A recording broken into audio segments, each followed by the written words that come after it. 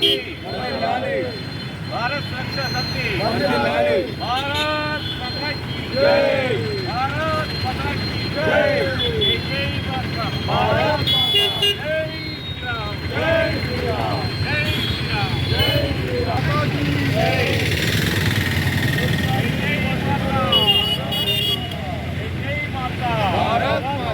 भारत माता की भारत माता की जय जय माता भारत सुरक्षा समिति भारत सुरक्षा समिति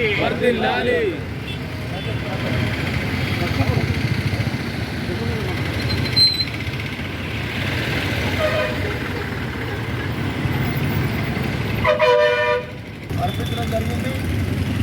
ఆనాడు 1943లో భారతదేశం మరి బ్రిటిష్ వాళ్ళ మరి ప్రబంధ హస్తాలలో ఉండి అనేక కష్టాలకు నష్టాలకు బాధలకు గురి చేసి మన భారతీయులను ఎన్నో రకాల హింస దౌర్జన్యానికి గురి చేసి మరి భారతీయులను చెప్పరాని విధంగా వాళ్ళు అనేక కష్టాలకు గురి చేసిన ఆ సమయంలో భారతదేశానికి మరి స్వాతంత్రం తీసుకురావాలన్న ఒక మహాసంకల్పంతో అత్యంత తక్కువ మందిలో ఒకరైనటువంటి నేతాజీ సుభాష్ చంద్రబోస్ గారు మరి గాంధీ మహాత్ముడు హింస పద్ధతి వద్దు శాంతియుతంగానే కావాలని కోరినప్పుడు సుభాష్ చంద్రబోస్ గారు ఆ పద్ధతి వల్ల మనకు స్వాతంత్రం రాదు, అహింసావాదమే కరెక్ట్ అనే ఒక ఉద్దేశంతో నాకు రక్తాన్ని ఇవ్వండి, నేను స్వాతంత్రం తెచ్చి చూపిస్తానని చెప్పినటువంటి మహనీయుడు.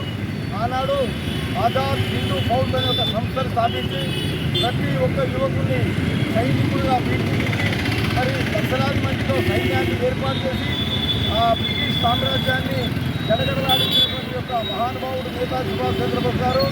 మరి వారి యొక్క సేవలు ఈ దేశంలో ఉన్నటువంటి నేటి యువతరం కూడా అందరి గురించి తెలుసుకొని ఆయన ఆదర్శాన్ని పాటించి ఈ దేశ భవిష్యత్తు కోసం మరి సైనికుల్లా పోరాడి మన యొక్క దేశాన్ని ప్రపంచంలోనే గర్వకారణంగా చేయాలని చెప్పినారు.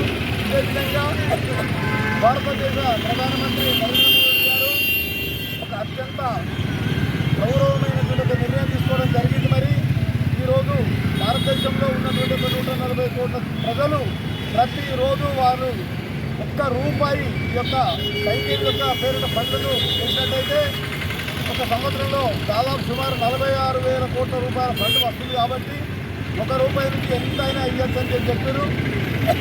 మంచి నిర్ణయం. ఈ డబ్బుతో సైనికుల సంక్షేమము, మనకు కావాల్సినటువంటి ఆయుధ సంపత్తి, మన సైన్యాన్ని బలోపేతం చేసి ప్రపంచంలోనే నెంబర్ 1 స్థాయికి తీసుకొచ్చే విధంగా ఆ నిర్ణయం పట్ల భారత సురక్షా సమితి హర్షం వెలిగిస్తుంది.